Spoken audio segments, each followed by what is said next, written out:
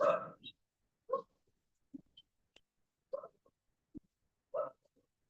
Krishna devotees, Dhanavad Pranam. Welcome to Nityam Bhagavata Sevaya.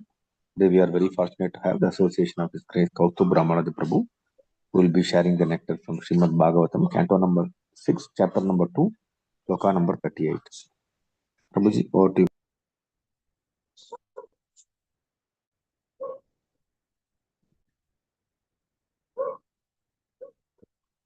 Hare Krishna. Am I audible? Hare Krishna, Prabhu. Dhanavad Pranam. Audible, Prabhu. Okay, thank you. Hare Krishna. Welcome to everybody for this morning Bhagavatam discussion. We are discussing from the 6th canto of Srimad Bhagavatam, the 2nd chapter, Ajamila's determination to go ahead in the path of devotional service. We will recite the prayers and begin. Om Ajnanatimirandhasya Jnananjana Shalakaya Chakshurunmilitam Yena Tasmai Shri Gurave Namaha Shri Chaitanya Manobhishtam Sthapitam Yena Bhutale Swayam Rupaha Kadamahyam Dadati Swapadantikam Vandeham Shri Guroho Shri Yudapada Kamalam Shri Gurun Vaishnavamshta Shri Rupam Sagrajatam Sahagana Raghunathanvitam Tam Sajivam Sadvaitam Savadhutam Parijana Sahitam Krishna Chaitanya Devam Shri Radha Krishna Padan Sahagana Lalita Shri Vishakhanvitamshta Nama Om Vishnupadaya Krishna Pristhaya Bhutale Srimate Bhakti Vedanta Swamin Niti Namine Namaste Saraswate Deve Gauravani Pracharine Nirvishesha Shunyavadi Pashtatya Deshatarine Namo Mahavadanyaya Krishna Prema Pradayate Krishnaya Krishna Chaitanya Namne Gauratvishe Namaha He Krishna Karuna Sindho Dina Bandho Jagatpate Gopesha Gopika Kanta Radha Kanta Namostute Tapta Kanchana Gaurangi Radhe Vrindavaneshwari Vrishabhano Sute Devi Pranamami Haripriye Vancha Kalpatarubhyashta Kripa Sindhubhya Evacha Patitanam Pavanebhyo Vaishnavebhyo Namo Namaha Shri Krishna Chaitanya Prabhu Nityananda Shri Advaita Gadadhar Shri Vasadi Gaura Bhaktavranda Hare Krishna Krishna Krishna Hare Hare Hare Rama Rama Rama Hare Hare Om Namo Bhagavate Vasudevaya Om Namo Bhagavate Vasudevaya Om Namo Bhagavate Vasudevaya Narayanam Namaskritya Naram Chaiva Narottamam Devim Saraswatim Vyasam Tato Jayamudirayet Nashtaprayeshva Bhadreshu Nityam Bhagavata Sevaya Bhagavatyuttama Shloke Bhaktir Bhavati Naishtiki Krishnaya Vasudevaya Devaki Nandanaya Cha Nanda Gopakumaraya Govindaya Namo Namaha. I just share my screen.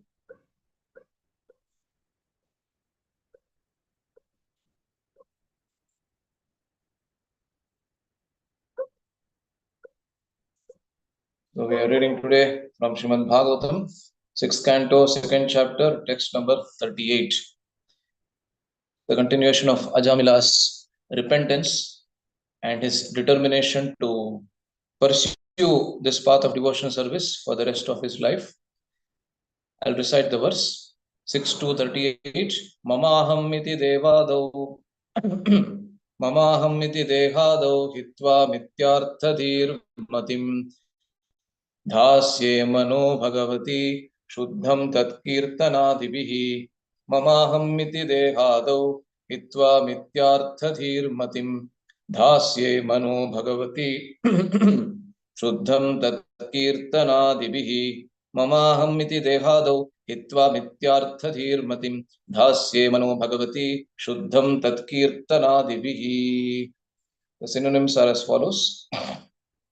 Mama, my, aham, I, iti, thus, deha adau, in the body and things related to the body, hitva, giving up, amithya, not false, artha, on values, dhihi, with my consciousness, matim, the attitude, dhasye, I shall engage, manaha, my mind, bhagavati, on the Supreme Personality of Godhead, Shuddham, pure, Tat, his name, Kirtana Adibhi, by chanting, hearing, and so on. Translation and purport by Srila Prabhupada. Srila Prabhupada Ki Jai. Translation: simply because I chanted the holy name of the Lord in the association of devotees, my heart is now being purified. Therefore, I shall not fall victim again to the false lures of material sense gratification. Now that I have become fixed up in the absolute truth, henceforward I shall not identify myself with the body. I shall give up false conceptions of I and mine and fix my body on the lotus feet of Krishna. Purport: how a living entity becomes a victim in the material condition is lucidly explained in this verse. The beginning is to misidentify the body as oneself. Therefore, Bhagavad Gita begins with the spiritual instruction that one is not the body, but is within the body.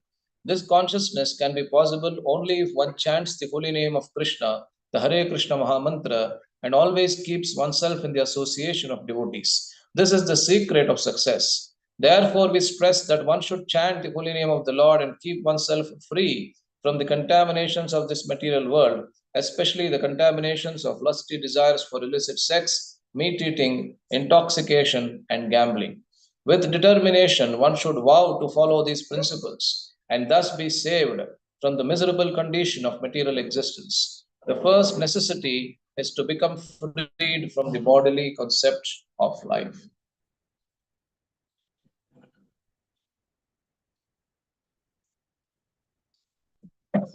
Hare Krishna.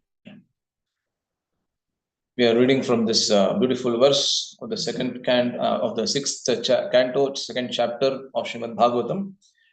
This verse and this section especially, the section of Ajamila's repentance and Ajamila's determination to pursue ahead in this path of devotional service is very, very instructive for all the sadhakas like us, because this contains a very apt situation and very apt purports for struggling devotees on this path of pure devotional service. All of us are on the path of pure devotional service. There is no doubt about it. In a few days from now, there will be a seminar called Are You Sure Your Bhakti is Pure? I surely recommend all the devotees. Of course, all of you are much senior to me, but many of you must have heard that seminar already. But it's actually a very hope-giving seminar. I'm not trying to advertise that seminar. Some points where actually on the path of pure bhakti.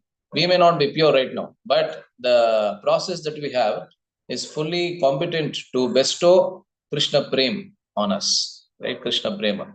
So, all of us are struggling devotees. We are on the path of pure devotional service. However, the struggles that we have, sometimes they may overwhelm us. Sometimes not some, or many times, they may overwhelm us. And we may see no hope on this path at times, just because of the humongous conditioning that all of us can see in ourselves. Just like Srila Prabhupada says that when a room is not cleaned for a long time, and you come to that place, just imagine that somebody leaves their house and they have to go to the US or some other country for a few months. My mother currently, she's in the US, and she asks me that every month just go and see whether the house is in proper condition. So every month I have to go for just 3 or 4 days and make sure that the maid comes and she cleans up the house, just so that for that month at least, things are set right. So every month I go, I see that there is so much of dust everywhere within a matter of few days as in maybe 2 or 3 weeks. Even if we don't clean the house for 2 or 3 weeks, everywhere there is so much of dust. So just imagine somebody leaves a particular room and goes away to a distant place, to a distant country or so, and comes back after 6 months. Then the room surely is in a very, very dirty condition. However, when we see the room for the first time, it may not appear as dirty as when we start to clean it. When we start cleaning it, it will surely make things much worse, because so much of the dust that has been settled, which is not visible at first sight, all that starts coming out. And therefore, when we start cleaning, we actually get to see how much of dirt actually is in that room. Correct? So similarly, once we come to the devotional service, once we come to the path of pure devotional service, when we start cleansing our hearts, that time we actually get to know how much of dirt we have accumulated in our hearts since time immemorial.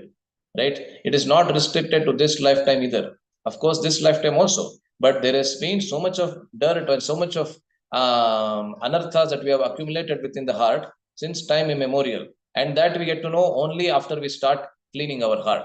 Chaitanya Mahaprabhu compares the heart or the mind to a mirror, right? So a mirror, when it is dirty, cannot give the pratibimba, or it cannot give the reflection properly. But after we start cleaning, we may still get to see ourselves in a dirty mirror, but if you start cleaning the mirror, then it will surely be not possible. No, there is very slight possibility of seeing your actual form, or rather, let us say, seeing even a glimpse of your actual form when after you start cleaning the mirror. Because after start cleaning, you apply the water, you start cleaning with some paper or everything. Everything will appear completely hazy.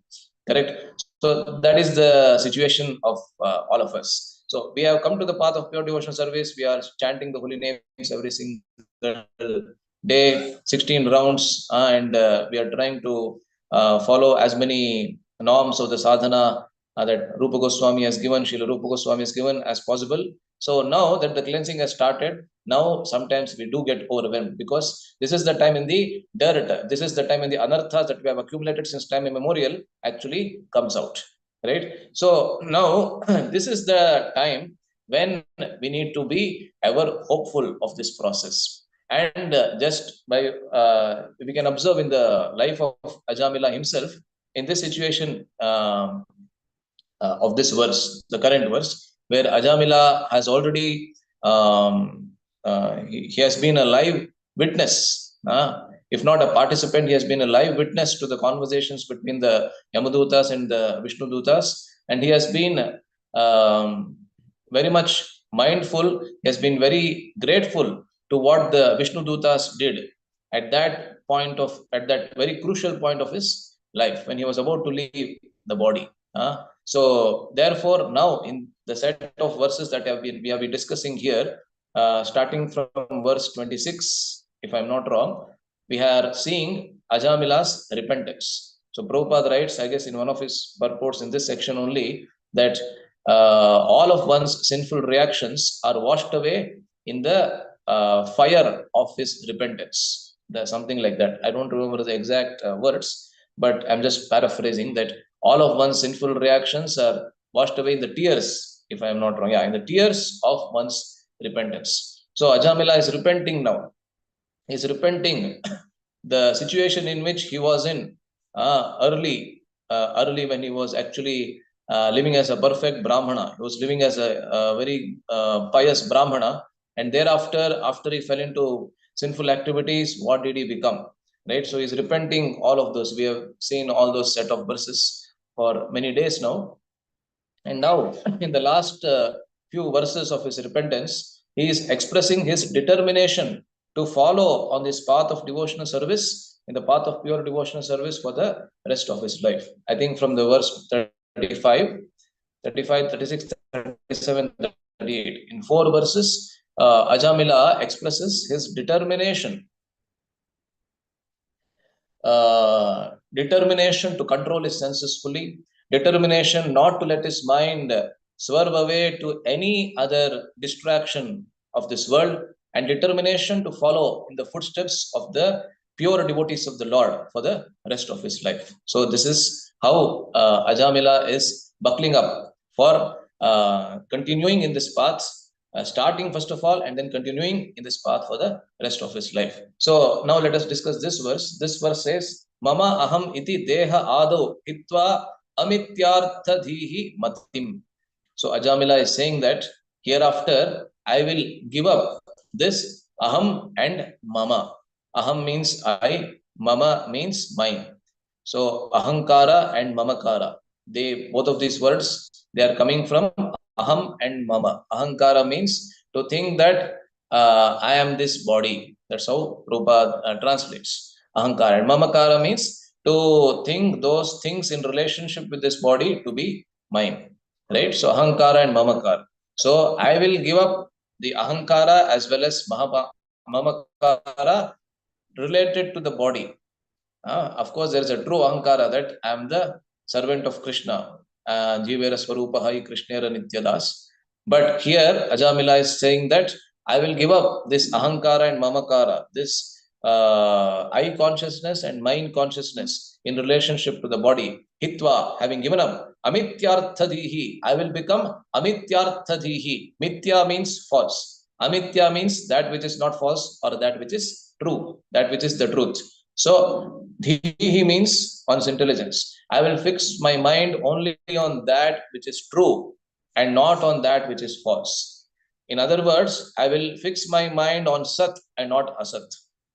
In the Bhagavad Gita 2:16, second chapter 16th verse, Krishna says in a very simple manner what is Sat and what is Asat. Nasato vidyate bhavo, nabhavo vidyate satah, ubhayorapi drishtontah Tvanayoho Tattvadarshibhi, he says. Tattvadarshibhi. Tattvadarshi are those who have seen the truth. They classify Sat and Asat as follows. What is the difference between Sat and Asat? Krishna says, Na asataha vidyate bhavaha. Bhavaha there means eternality. Asat doesn't have eternality. That means that Asat doesn't persist. Asat doesn't stay. It stays for some time and then it vanishes. And then on the other hand, na abhavo vidyate sataha, na abhavaha vidyate sataha. And that which is sat, it cannot be temporary. In other words, the real meaning of the words sat and asat is that sat is that which is permanent and asat is that which is temporary. And Tattvadarshi, those who have seen the truth, they can very clearly and they can very easily distinguish between Sat and Asat.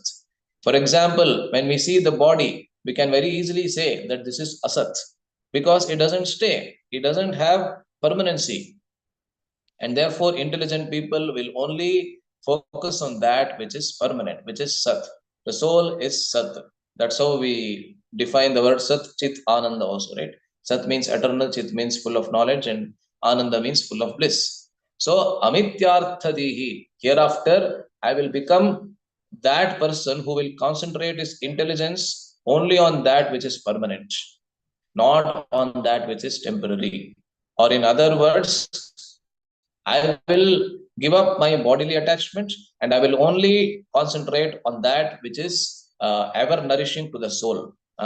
So, Shreyas and Preyas, we hear these two terms in the Bhagavad Gita. Shreyaha means that which brings ultimate good.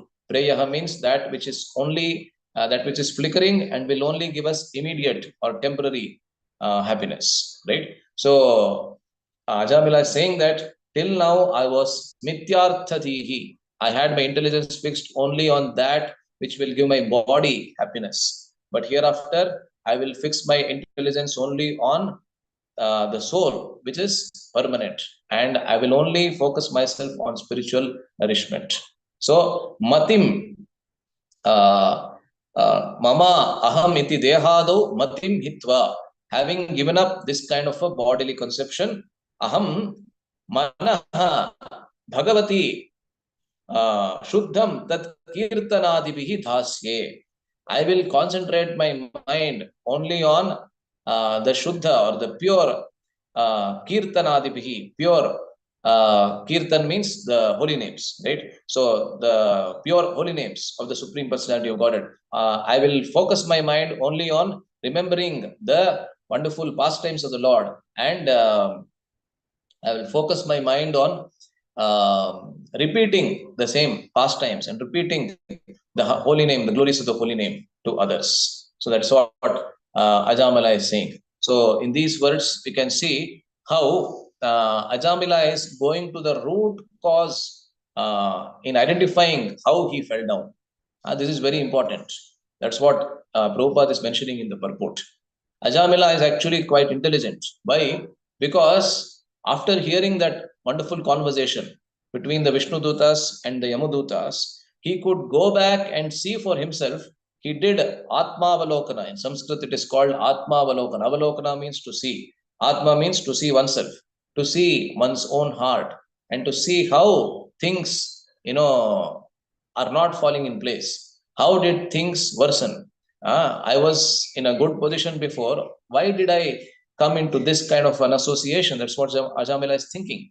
So then he's not blaming that Shudra. He's not blaming that prostitute who are having that kind of an affair with each other in the forest. He's not blaming that, right? He could have done that very easily. He could have done that. That is the reason why I fell down. I was very nicely situated, but they brought that attraction. It must be the Lord himself. He could have blamed the Lord also, because nothing happens without the will of the Lord. Even a blade of grass doesn't move without the will of the Lord. So he could have blamed the Lord himself, saying that he is the one who brought that distraction in front of me. If he had not brought that distraction on that particular day in front of me, then I would be very nicely situated as a Brahmana. I would be very obedient to my father. I would be very nice to my wife, previously, right? So Ajamila is going to the root cause of the problem. He says that this bodily consciousness is actually the root cause of my falling down, right? This actually is very, very similar. This situation actually is very, very similar to the second chapter of the Bhagavad Gita. That's why Prabhupada is mentioning right at the beginning of his purport. I'd just like to take a few minutes to understand, to compare the situation with the situation of Arjuna. Of course, Arjuna is actually acting, is not, it is the case of Arjuna is completely different from the case of Ajamila. Of course, we know it is like the difference between the sky and the earth. But still, amidst his acting, the kind of situation that was there in the battlefield of Kurukshetra is quite similar. Why? Because Arjuna, if we analyze the 5 different reasons that he gives for not fighting the battle in the first chapter of the Bhagavad Gita, we see that he's not completely ignorant of the knowledge of the soul also. I'll explain how. It is not that once Krishna started instructing Arjuna in Atma Jnana or Atma Vijnana from 2.12 to 2.30, almost like 18 to 19 verses, Krishna starts his instructions to the Bhagavad Gita with the knowledge of the soul, with giving him the knowledge of the soul. However, it is not that Arjuna got to know the knowledge of the soul only then. He had the knowledge of the soul previously also. If we just analyze one of the reasons that he gives to not fight the battle, we will get to know that he did have the knowledge of the soul. What was that? Shripad Ramanujacharya, in his commentary, he has given a very beautiful understanding of this. I'd just like to read a certain section of this commentary and explain. So he says, this is a 2.11 commentary. Okay, Ashochan and Ashochastam, very famous verse. So all of you surely must have heard all of us have heard many times this verse. So in the commentary, Ramanujacharya says, Ashochan prati anushochati patanti pitaro hyesham luptapindodaka kriyaha ityadikan dehatma svabhava prajna nimittavadancha bhashase. So he's saying, one of the reasons Arjuna gave to not fight the battle was patanti pitaro hyesham luptapindodaka kriyaha. If I fight the battle, then all of these soldiers, they will lose their lives, and then their wives, they will be unprotected, and if women are left unprotected, there will be unwanted progeny, and those unwanted progeny, they will not be carrying out the Shraddha karma, or the rites that everybody is supposed to do, a Vaidika is supposed to do towards the forefathers. Now, when Arjuna is saying that somebody doesn't carry out the rites, the Shraddha karma for the forefathers, then doesn't it indicate that he has the knowledge of the soul? Because the forefathers have already left their bodies and have gone. And if he is supposed to do, if one is supposed to do the Shraddha karma, it is for their soul, right? So the Patanti Pitaro Khyesham Luptapindodaka Kriyaha means that without that Shraddha karma, the forefathers will fall down from their respective places in the Pitraloka and other lokas. That's what he's saying. Of course, it's a very genuine reason, but that goes to show that Arjuna actually has the knowledge of the soul also. But however, at one moment he says this, at the immediate moment, next moment he says that Gatasun Dehatma Swabhava Jnanavatam na atra kinchit shoka nimittam asti. At the immediate next moment he says that if I fight this battle, what will happen? All these warriors who are actually my relatives, Bhishma Drona Pramukataha Sarvesham Cha Mahikshitam. All these verses come in the first chapter, right? So all these warriors who are actually my very, very close relatives, they will have to lose their bodies. So now here again he's saying that he's presenting a contrary point of view, that on the one hand those forefathers will be bereft of those Shraddha karma, and then here if I have to kill my own relatives, then I am not for that, right? Because he is identifying the relatives with their bodies. So therefore, the commentary says that Atma Yatharthya Prapti Upayata Jnanena cha Vina Asya Mohaha na Shamyati. Without the knowledge and the realization of Atma Jnana, or the knowledge of the soul, his moha or his illusion will not be pacified. Thinking like this, Krishna spoke the first instruction as Atma Jnana to Arjuna. That's how the commentary says. Prabhupada also indicates the same thing in his own commentary in English, right? So why did Krishna have to speak the Atma Jnana right at the beginning? He could have given Karma Yoga in the beginning, or Jnana Yoga, or he could have given Bhakti Yoga itself in the beginning, right? You could have spoken the last instruction, Sarva Dharman Parityajya, in the beginning of the Bhagavad Gita itself. But Krishna rather chose to speak the knowledge of the soul, Atma Jnana, in the first few verses, almost like close to 20 verses. Why? Because Arjuna has dual conception within his mind. He knows that everybody is not their body, they are their souls. That the pramana is that Lupta Pindodaka Kriyaha. However, even though knowing, he's still acting on the bodily platform. When he says that, yeah, if I have to kill my relatives, and if I kill them and then I enjoy the kingdom, it is like enjoying their blood. That's how he says. Rudhira Pradigdhan, all those verses come, right? I don't remember all of those verses, but it is like that, correct? So that is why Krishna spoke the Atma Jnana, or knowledge of the soul, in the beginning of the Bhagavad Gita, right? In the pastime of, because I just read the commentary of Ramanujacharya, in the pastime of Ramanujacharya, where he went 18 times, I'm sure all of us have heard that pastime. He went 18 times from Srirangam to Tirukottiyur to get the mantra, the meaning of that mantra, the Rahasyartha. There also it is indicated why Goshti Purna or Tirukottiyur Nambi, he sent him each time. 18 times he sent him, not because he was a sadist, right? It was not that Tirukottiyur Nambi was a sadist. Or Goshti Purna was a sadist, so that's the reason why he sent him back 18 times, come back, and after 18 times he gave the knowledge. No, it is indicated, the Sri Vaishnavas explain this very well, why every time he sent him back. The first time Ramanujacharya went there, Goshti Purna told him that you give up the samsara bija and then return to me. Samsara bija means you give up the last attachment that you have for this world. So then after that you can come back to me. So then Ramanujacharya went back, and then he analyzed himself.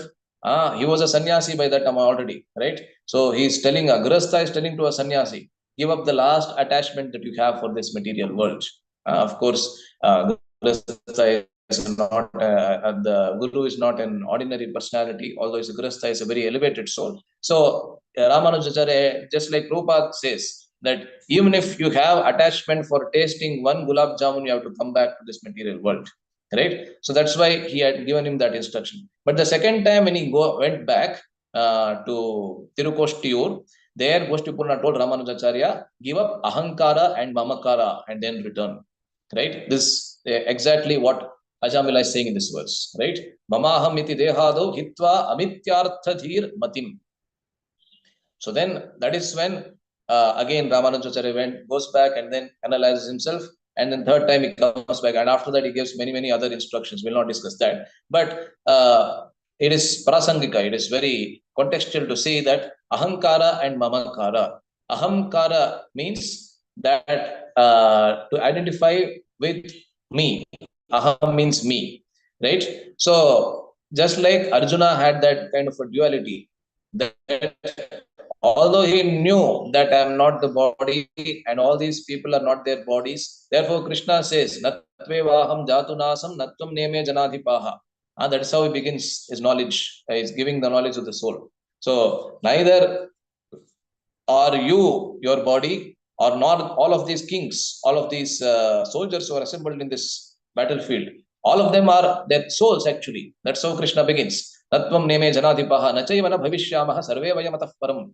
It is not that we didn't exist in the past, we are existing now, and similarly we'll continue to exist in the future.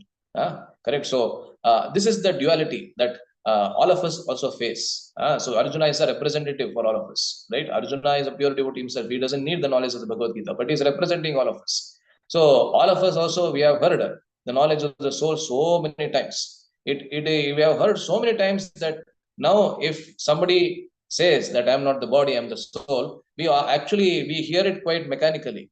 We are used to hearing that particular thing so many times that now it doesn't strike a chord within us at all. Of course, I'm talking about myself.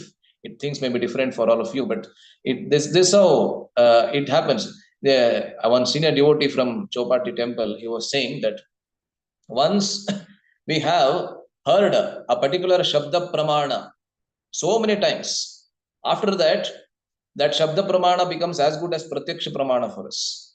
Just like I am not the body, I am the soul. This is not Pratyaksha Pramana for us, right? It is a Shabda Pramana only. We don't have realization that I am the soul. But we have heard that fact so many times, we have lectured on that so many times. I myself have lectured on it so many times that now it has become a Pratyaksha Pramana for us.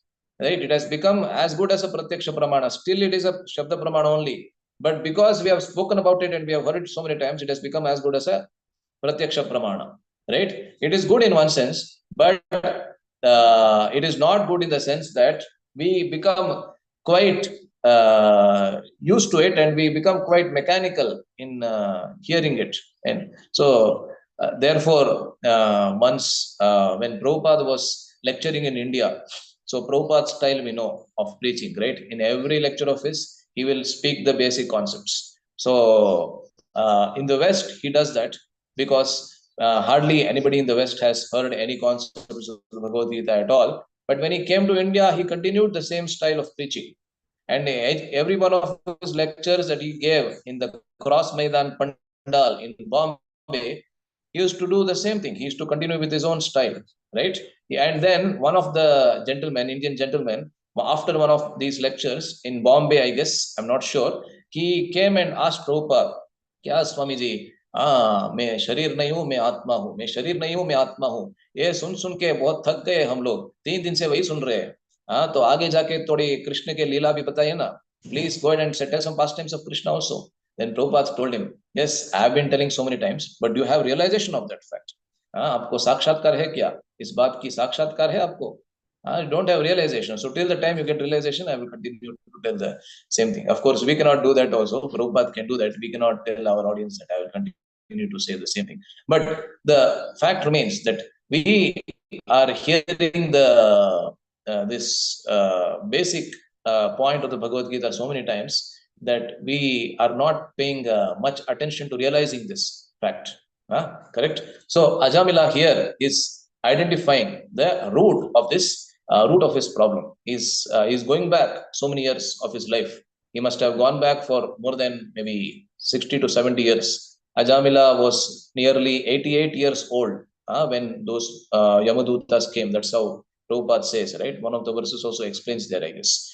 And he must have fallen down when he was in his teens, maybe, or in his early 20s. That means more than 60 to 70 years. He's going back and is analyzing himself. Why did I fall down? The root cause of the problem was that I didn't have sufficient realization of the fact that I am not this body, but I am the soul.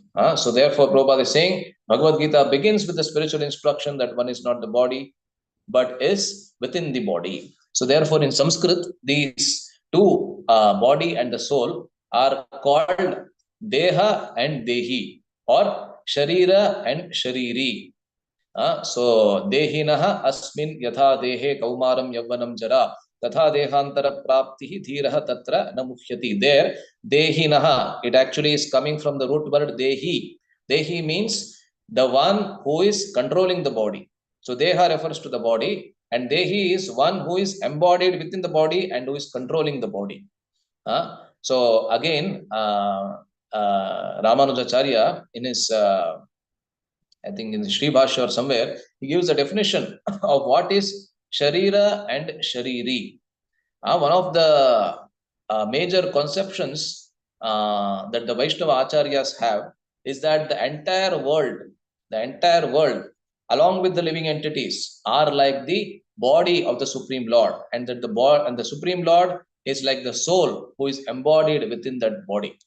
And therefore, just like I, as the soul, am residing within this body and I am controlling this body, I am deciding whether my right hand will go up or my left hand will go up. I will decide whether to speak or not to speak. So similarly, the entire creation, along with the living entities, they are all controlled by the Supreme Lord. So Ramanujacharya says, Yasya chetanasya yad dravyam sarvatmana swarthe niyantum dharayitum cha shakyam tat sheshatayika swarupancha tat tasya shariram itara shariri. This is the definition of body and soul he gives. Yasya chetanasya yad dravyam sarvatmana swarthe niyantum dharayitum cha shakyam. That matter which is always under the control. Sarvatmana niyantum dharayitum cha. Dharayitum means that which is supported by and that which is controlled by that chetana vastu, that which is supported and controlled at all times by that particular consciousness. Chetana means conscious. That conscious living entity which always controls and which always supports the matter, that matter, and that sheshatayika swarupancha, and that which is the subservient to that conscious living entity. All the three characteristics he gives. The conscious living entity controls that matter. It supports that matter, and it always is the master to that matter. That means the matter acts as subservient to this conscious living entity. That is the body. And itara shariri, that which is not having these three characteristics, is the soul. That's how he says. Right? So therefore, Prabhupada is saying that going from bodily consciousness to the spiritual consciousness is not a very it's not a let us say, it's not anybody's cup of herbal tea, as they say. It is not very easy, so to say. It's not very easy. It actually takes there may be people who are very, very learned in the Shastras. They may have so many Vedic chants within the tip of their tongue. They may be having the entire Bhagavad Gita within the tip of their tongue. They may have memorized even the Bhagavatam. But it is not necessary that they have realized they have Atma Sakshatkara. Right? On the other hand, there may be a person who doesn't know even the most simplest verses of the Bhagavad Gita. Just like Mahaprabhu met that Brahmana in Srirangam. But he might be having full Atma Sakshatkara. Right? And he is fit to become the spiritual master of the three worlds. Right? Or to speak of that person who has the entire Shastras in his mind, he is not fit to deliver even himself. Right? That's how the Shastras explain. Correct? So it is not very easy. But Prabhupada is saying that it has been made very simple in this age because Chaitanya Mahaprabhu has given us the chanting of the Mahamantra. Right? Every spiritual acharya that came, he gave a particular spiritual process by which his followers, the people who would follow him, they would deliver themselves, right? So Chaitanya Mahaprabhu has given us the Hare Krishna Maha Mantra and the association of devotees. These two things Prabhupada is saying in the purport. So I'm just reading this line. This consciousness can be possible only if one chants the holy name of Krishna, the Hare Krishna Maha Mantra, and always keeps oneself in the association of devotees. These are the two primary instructions that Chaitanya Mahaprabhu gave. That always have Krishna's name on your mouth and always associate with devotees. Never leave the association of devotees. First of all, give up the association of non-devotees, asat sangatyaga ei vaishnavachar, and then cultivate the association of devotees, right? Along with all the practicalities that as grasthas all of us have, right? So this is the secret to success. Therefore, we stress that one should chant the holy name of the Lord and keep oneself free from the contaminations of this material world, especially the contaminations of lusty desires for illicit sex, meat eating, intoxication, gambling. So this is how one should keep oneself immune, following the yama as well as the niyama. Yama means the don'ts and niyama means the do's. So now for 5 minutes, I'd just like to speak on the last line that Prabhupada has given. With determination, one should vow to follow these principles and thus be saved from the miserable condition of material existence. The first necessity is to become freed from the bodily concept of life. So the last two lines of Srila Prabhupada's purport, they reminded me of one particular ingredient that as sadhakas all of us should have, and that is hope. Hope that Krishna, hope in Krishna's mercy. Hope in Krishna's mercy. We are not confident of our own practice or of our own ability to get rid of these material conditions and to develop spiritual taste. But we are eternally hopeful in Krishna's mercy, right? So many years back, maybe more than a decade ago, when I used to stay in Pune, I had heard from a very senior devotee of Chowpatty Temple, His Grace Govinda Prabhu. He very beautifully spoke on this concept of hope. So he had said that, you see, hope is a thin factor that differentiates an atheist from a devotee. That's how he said. Hope is that thin factor which differentiates an atheist from a devotee. So then we were all wondering, what does hope have to do with atheism and devotion? What does it have to do? So he explained, he quoted a pramana from the Bhagavad Gita also, and he explained. Because generally we think, for a layman, for a person outside, he thinks theist means a person who believes in God, and atheist means one who doesn't believe in God. But as devotees, we know that Prabhupada has given different definition, and all our acharyas have given different definition. The definition is that one who believes in Shastra, he is a theist. And one who doesn't believe in the Shastra, he is an atheist, according to us, right? So the Shastra means basically Bhagavad Gita and Bhagavatam, all the Shastras. So that's what we think. But he said, one who is hopeful is theist. One who is not hopeful, he is atheist. Why? Because Krishna says in the Bhagavad Gita 11th chapter, Kalosmyaham lokakshaya krit pravruddha, he says. So Krishna is saying that time is, many times we say, time is Krishna's representative. But Krishna doesn't say that. What does Krishna say? Kalaha aham asmi. I am time. That's what Krishna says. I am time. This time factor that you have, that you see within this world, that I am. This is one of the 5 major topics that are discussed in the Bhagavad Gita, right? Ishvara, Jiva, Kala, Karma, and Prakriti. Ishvara, Jiva, Prakriti, Kala, and Karma. So the time factor is none other than Krishna himself. So if one, when going through difficult situations, when one is going through difficult times, if he is not hopeful of Krishna's mercy, that goes to show that he is not believing that time is Krishna. If he doesn't believe in this fact that Krishna himself has said in the Bhagavad Gita that I am time, then he is an atheist. That's how, of course, it's very easy to say when we are going through difficult times, that time devotees will be laughing at us and we'll be thinking, you spoke so many things before. Now let me see how you handle the situation. But the fact remains that when one loses hope, this actually applies to anybody, not just a devotee also, right?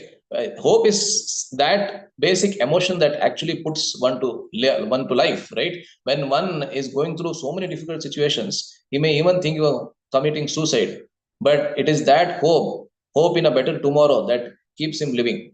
Correct, no? So for devotees especially, this is very, very important, because as we were discussing in the beginning only, after we start practicing sadhana, as number of years grow, and there may be many decades, as the number of decades also move, we may get bogged down by the kind of anarthas that we actually have within our heart.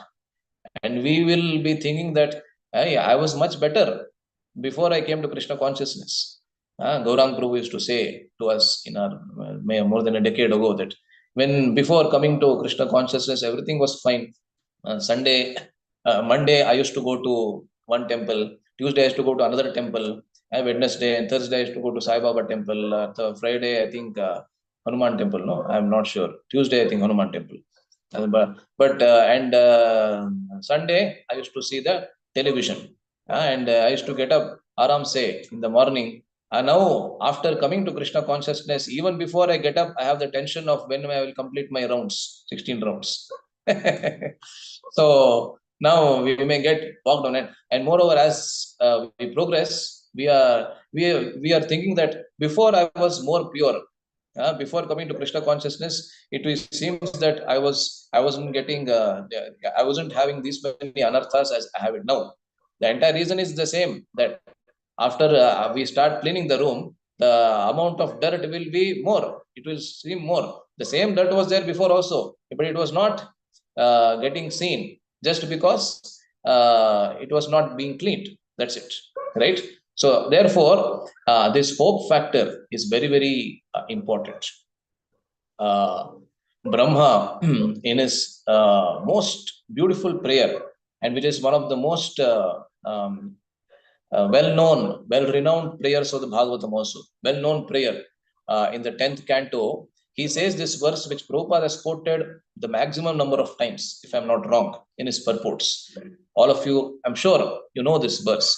Tattenu kampam sushamikshamanaha bhunjana evatma kritam vipakam hridvagvapurbhir vidadhan namaste jivetayo mukti padesa daibhat.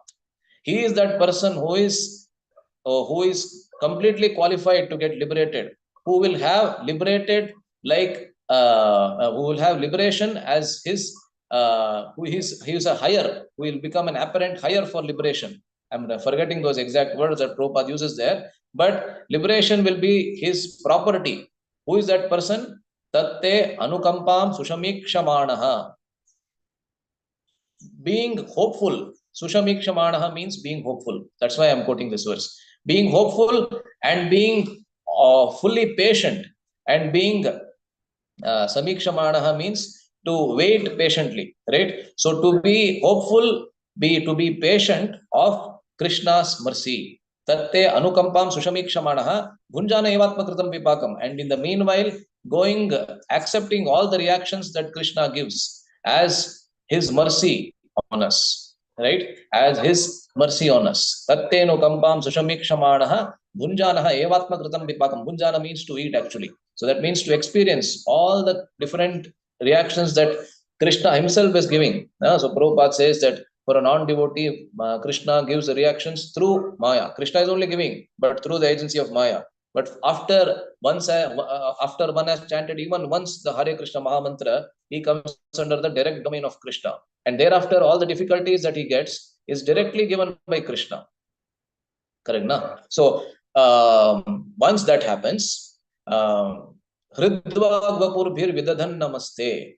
And in the meanwhile, what is doing? Hrid means heart, Vak means the speech, Vapuhu means his body. With all the facilities that he has at his disposal. So what do we have? We have the faculty of this body, we have the faculty of speech, we have the faculty of mind. With all these faculties, he is offering his namaskar.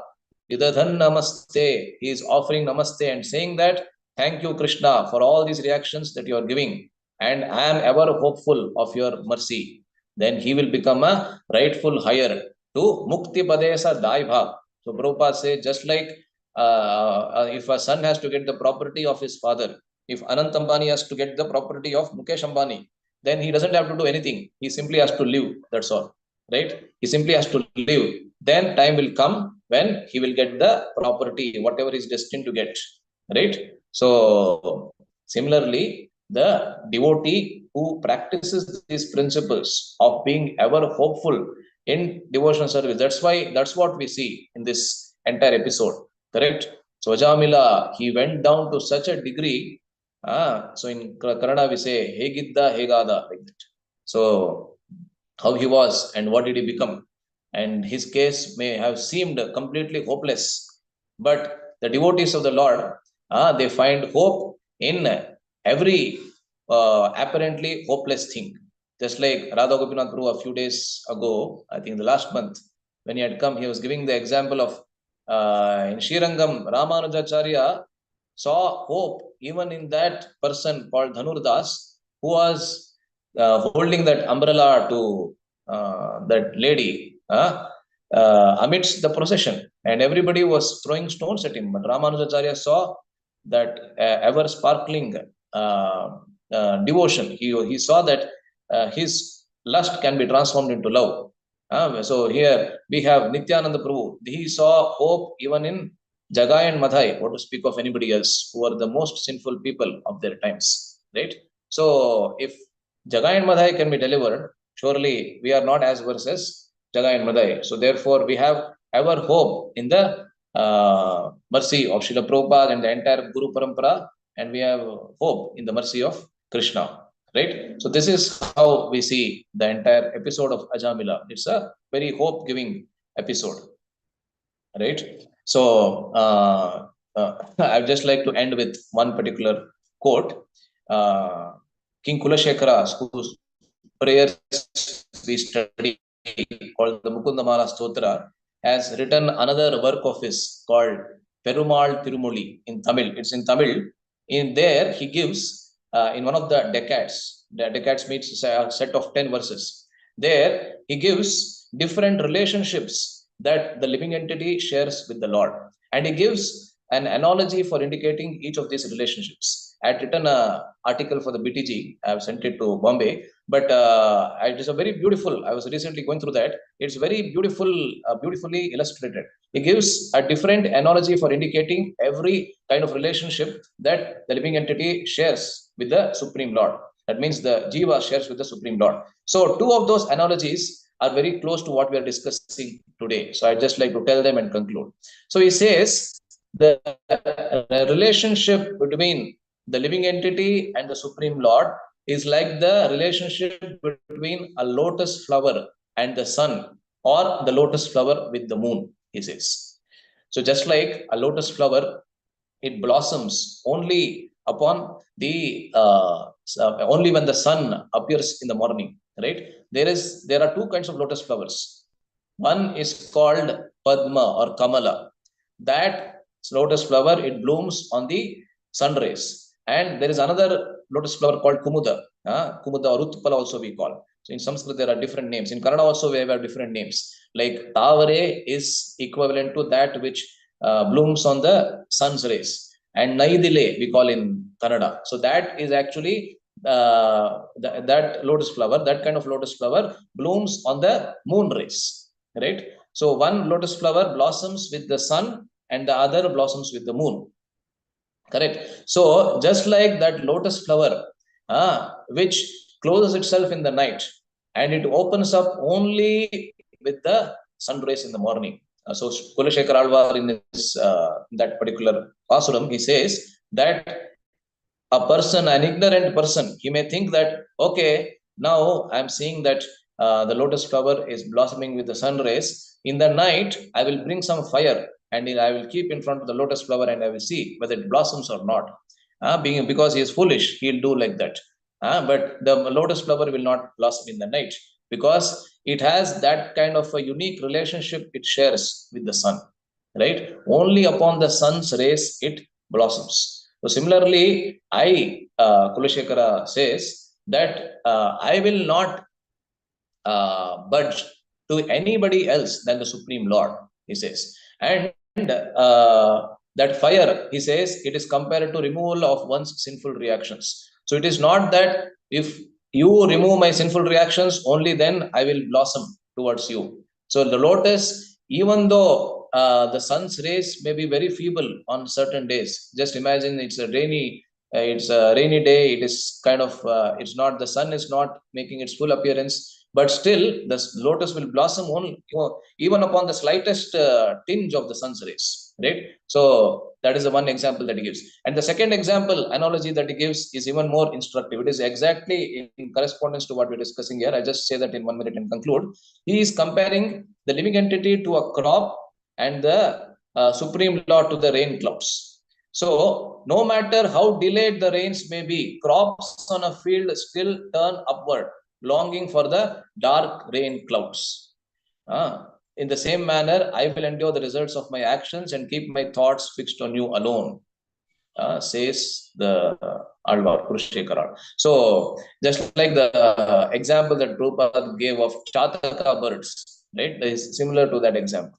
Chataka bird, it keeps waiting for the first drops of rain that comes from the rainy season clouds, right? Even though before that it may quench its thirst anywhere across the entire planet, but it keeps waiting for that rain cloud. Similarly, these crops, even though they can be watered through other sources, but still they keep, and they may be watered through other sources also, but still they keep their mind fixed on that rain cloud. So similarly, I am ever hopeful of your mercy, and I am ever hopeful that you someday or the other you will show or you will shower your causeless mercy on me. That's how King Kulashekara prays.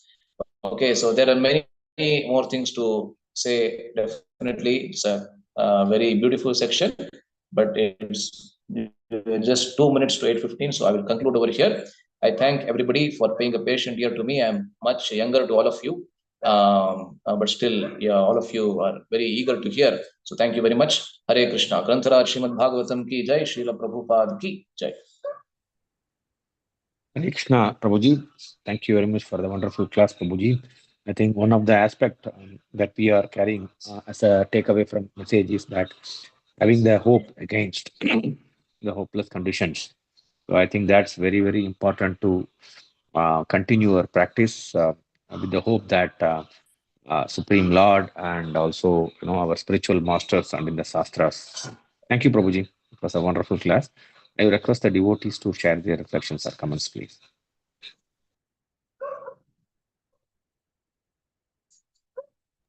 Hare Krishna, Prabhu. Thank you for a wonderful class. Prabhu, the Kamala you referred to sun relationship, Prabhu? Hare Krishna, bro, I could not hear. What did you The say, lotus bro? flower, which blooms when sunrise rises, Kamala. Correct, Prabhu? Yes, correct. The other one is Kumuta, the moon rise. Kumuda. Yeah. And you said 3 activities with respect to matter. What are 3 activities, Prabhu? I could not able to get it. Acha, the relationship between the body and the soul, Yeah, right? yes, Prabhu. Yeah. So the soul, Sarvatmana Niyantum Dharayitum. Niyanta means controller. The soul is a controller, body is controlled. Yeah. Then the Dharta means the soul is supporter and body is supported. Then finally, the soul is the master and the body is subservient to the soul. These are the characteristics. Thank you, Prabhu. Hare Krishna. Dandavat Pranam. Hare Krishna, Prabhu. Dandavat Pranams. Thanks for the wonderful class, Prabhu.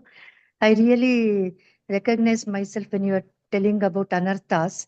I really feel like that. Before Krishna consciousness, I was better off, and now I've become more developed anarthas like that. But I recognized. Prabhu, can you tell in simple language how one should act at the level of Atma, Prabhu? Yeah. Is it the same Thank you. as Sita Pragna, Prabhu? Yeah. So yes. So you quoted the exact section of the Bhagavad Gita. Sthita prajnasya ka bhasha samadhistasya keshava. So Arjuna asks the same question. How does a Sthita prajna eat, and how does he walk, and how does he talk? All those questions he asks. And Krishna answers in 4 verses. Right? He says, Prajahati yada kaman sarvan partha manogatan. So of course, these are what Krishna speaks in those 4 verses, 255 to 258. The Sita Prajna section is quite elevated, and we can begin our journey towards that destination by, as Prabhupada is mentioning in this purport, by following the instructions of the Guru. By following the instructions of the Guru, and by the instructions of the Guru are basically 2, as we discussed, Yama and Niyama. That is the don'ts, and by the do's. The do's are the chanting of the Hare Krishna Mahamantra and all the other 64 limbs of devotional service that Prabhupada has given, Rupa Goswami has given. So by following this Yama and Niyama, over a period of time, we see that we don't have to put a separate effort in cultivating this Atma Jnana and to cultivate the Atma Sakshatkara. So the self-realization is already a part of God realization, as Prabhupada says. Right? So the Jnana yogis, they have to put separate effort for this. That's how we study in the 4th chapter of the Bhagavad Gita, which is predominantly speaking of Jnana Yoga, right? So the Jnana yogis, they have to put separate and an exclusive effort for self-realization. But Bhakti yogis don't have to do that. They just have to practice Bhakti Yoga, and self-realization is already included in that. Right? So when we start executing the instructions that we have received from the spiritual master, over a period of time, we see that we are doing so many things that Bhagavad Gita already is talking about. Just like Krishna gives the example of Kurmongani Vasarvashaha in the same Sthita Prajna section, right? Yada Sambharate Chayam Kurmongani Vasarvashaha Indriyarthan Indriyebhyaha Tasya Pragya Pratisthita, like that he says. I don't remember exactly, but he gives the example of the tortoise, right? Yes. The tortoise, when there is danger, immediately it pulls all its limbs inside. And when there is no danger, it will walk freely, right? So similarly, Bhakti Yogi, a self-realized person, he says, whenever there is a lot of distraction, a lot of sense gratification outside, immediately he should pull his limbs inside. And amidst the devotees, he can run freely. So he can do a running race amidst the devotees. But outside, he should be very careful. So this, we are already practicing this as much as possible, right? We are practicing this because we know that when we go outside, we are not supposed to eat outside food. That means what? We need to control our tongue, we need to pull our tongue inside.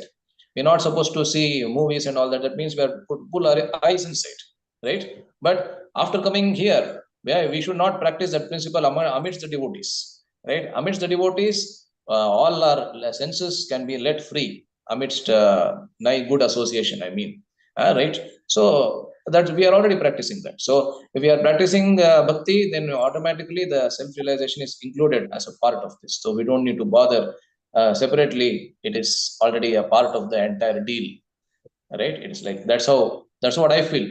Anybody else wants to add anything, you can please go ahead and please add.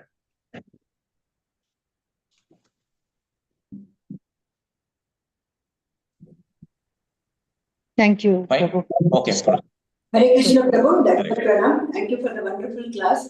Can you just give some clarity about this Tavare and Naidile? The comparison you did, Prabhu, Tavare with sun. Naidile. Clarity about what? I could not hear properly. Hare Krishna Prabhu, can you hear me now? Yeah, now I can hear you, Mataji. Clarity about? Clarity of Naidile with moon and Tavare with sun. Tavare matte Naidile alva. Yeah. Yes, So in Sanskrit, they have 2 different terms. In Kannada, another different names are there. That's all. In Sanskrit, it is called Padma or Kamala. There are many other names also. In Kannada, we call Tavare. In Tamil also, I think. Tavarai, they say. So these kind of a lotus flower, it blossoms on the sun rays, with the sun rays. And there is another kind of lotus flower which is called Kumuda in Sanskrit. In Kannada, it is called Naidile. That blossoms with the moon rays. So the first kind, the Tavare, it opens up in the morning, in the daytime, and closes in the night. And the Naidile, it opens up in the night and closes in the day. And in the night also, only during the 15 days. For example, when there is no moon day, that means the new moon day, means the Amavasya, it doesn't open. Right? And on the full moon day, that means Purnima, it opens up fully. That's how they explain, like that. Hare Krishna Prabhu. Okay, bro. Thank you, I think, Prabhu. thank you, Mataji. Hare Krishna. Hare Krishna Prabhu, you nicely told about the Kulasekara Alva says, I will not yield to anything else. Like when the artificial put a fire, the flower doesn't open, you said. I mean, I was just wondering, like when we were traveling from these regions, Vietnam and Cambodia, in the nights, that fields with the flowering plants, they have lit with floodlights. Okay. And it said that will increase the produce, I believe. I don't know how it happens. So I was just comparing, I was just trying to see. And the other thing which I like the best is all of us form the body of the Supreme Lord, and He is the consciousness. That was a very nice thing we had. Thank you so much for the wonderful class. Dandavat Pranam. Hare Krishna. Thank you, Mataji. Thank you for that example of Vietnam. And yeah, the latter concept that you said, it is called the Sharira Shariri Bhava.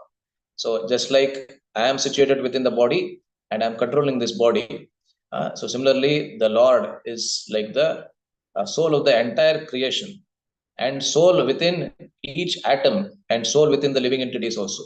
Andantarastha Paramanu Chayantarastham. And that's how the relationship is there between the Supreme Lord, the living entities, and matter. Yeah.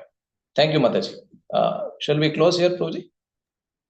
Yeah, Prabhu. Thank you, Prabhu. Thank you very much for the wonderful class. We'll end today's session with Vaishnava Pranam. Vanchakalpatarubhyasya kripa sindhobhyeva patitanam pavanebhyo Vaishnavebhyo namo namaha. Grantha Srimad Bhagavatam ki jai, Jagat Guru Srila Prabhupada ki jai, and Koti Vaishnava ki jai. Jai Gaur Premanande. Hari Hari Guru. Thank you, devotees. Thank you, Prabhuji. I will end the Zoom session now. Tomorrow morning we'll meet at the same time. Hare Krishna.